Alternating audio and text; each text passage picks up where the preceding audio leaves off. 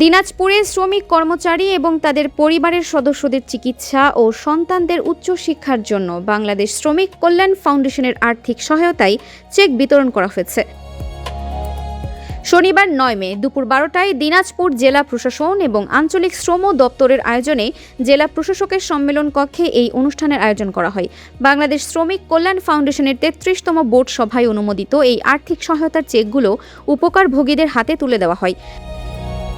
জেলা প্রশাসক মোহাম্মদ রফিকুল ইসলামের সভাপতিত্বে অনুষ্ঠানে প্রধান অতিথি হিসেবে বক্তব্য রাখেন শ্রম ও কর্মসংস্থান মন্ত্রণালয়ের সচিব মোহাম্মদ আব্দুর রহমান তরফদার। বিশেষ অতিথি হিসেবে উপস্থিত থেকে বক্তব্য রাখেন শ্রম ও কর্মসংস্থান মন্ত্রণালয়ের সচিব মোহাম্মদ আব্দুর রহমান তরফদার। বিশেষ অতিথি হিসেবে উপস্থিত থেকে বক্তব্য রাখেন শ্রম ও কর্মসংস্থান মন্ত্রণালয়ের যুগ্ম সচিব মোহাম্মদ কুদ্দুস আলী সরকার, সিনিয়র সহকারী সচিব মোহাম্মদ মাসুম বিল্লাহ এবং বাংলাদেশ শ্রমিক কল্যাণ ফাউন্ডেশনের পরিচালক সৈয়দ ইর্তিজা আহসান। অনুষ্ঠানে দিনাজপুর জেলার বিভিন্ন উপজেলা থেকে আগত মোট ১৬৪ জন শ্রমিক কর্মচারী ও তাদের মেধাবী সন্তানদের মাঝে উচ্চশিক্ষার জন্য মোট ৬৮,৩৫,০০০ টাকার আর্থিক সহায়তার চেক বিতরণ করা হয়। বক্তারা এ সময় সরকারের এই উদ্যোগকে শ্রমিক বান্ধব উল্লেখ করে সঠিক ব্যবহারের ওপর গুরুত্ব আরোপ করেন।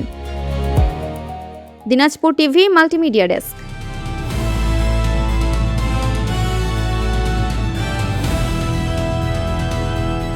দিনাজপুর টিভি মানুষের জীবনের কথা বলে।